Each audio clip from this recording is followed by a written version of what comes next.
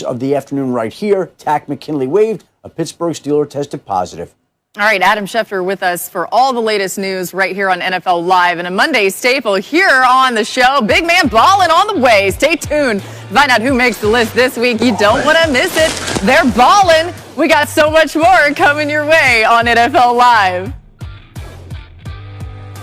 You're watching. Key point during the game, Phillip Rivers is making this face. Dadgummit! Ravens, I'm just saying. Most memorable 2004 quarterback face. The Eli or the Mina Kimes Phillip Rivers turnover face. I'm crying, y'all. Oh, quit crying! Quit crying!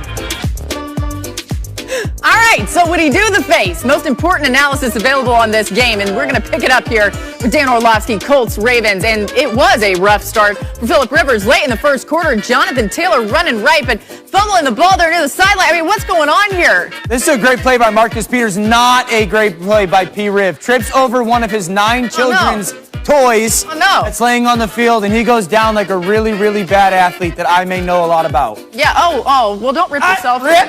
Listen, it was a little bit of a turtle moment. No. See, there's like a turtle He's shell making that on the face bottom right half. there in that moment. He's stuck on his back. We're going to see one more time what he actually looked like. What his face looked like. Same face, maybe? Mina, what do you think? This is bullying. This is bullying. I'm not doing the face again. Mina, that was kind of a pre-qualification for this whole segment, is that you do the face. But anyway, the good thing is trying to get through this show. The good thing is the face is preserved everywhere on the internet, so it doesn't really matter whether you do the face or not.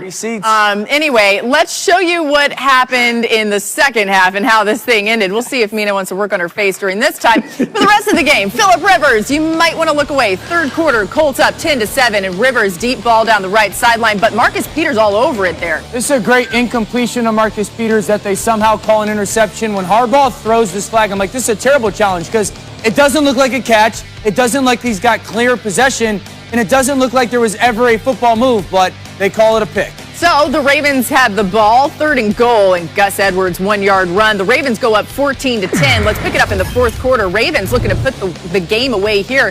Lamar Jackson getting it done by himself with his legs. This is a great play call, but Mark Andrews makes this play. Look at him step down. That gets that safety to drop down with him, and then he just finishes it. Look, just that one step inside frees up that defensive end, and then you talk about finishing a block in the middle of the end zone, and no one is going to catch Lamar on the perimeter. Ravens win 24-10, and a team that we've been talking about throughout the season might need to get some things figured out offensively. Mina, Lamar did something he's never done in his NFL career on Sunday. What was that?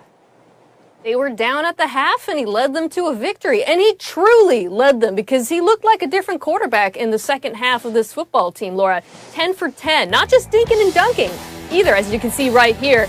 To Andrews, look, the Ravens made some really smart offensive adjustments at halftime. Less empty, more play action. They went up tempo. But Lamar also executed well. As a passer, he made some really timely runs outside as well, of course, including the touchdown, which we highlighted. But he was extremely accurate over the middle of the field, and the Ravens put him in his position to succeed. And the reason I want to highlight this is because the narrative around him, Lamar Jackson can't win big games, even though he beat New England and Seattle last year. He can't come down from when he's down at the half.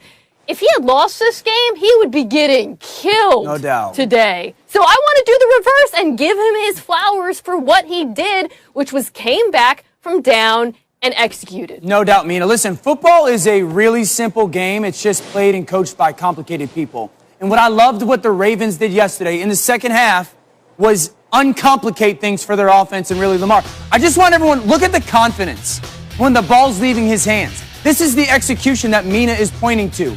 The play action pass, just watch it come out of his hands. Like, this is a guy that knows exactly what he's looking at in these type of plays and the ability to go, okay, the ball needs to go there and it needs to go there now. And just when you see that as a quarterback, where you see a quarterback doing that, you're going, that's his comfort zone. And that's when Mina says the execution, players will always execute better with the things they're most comfortable with. And that's exactly what Baltimore did in the second half. And I'd say this. Those 2 drives that they put back-to-back with each other at the back end of the third quarter and the beginning of the fourth quarter, those are season-saving drives. because that's the turning point for their season of who they need to be, and it came in a must-win game situation for them yesterday.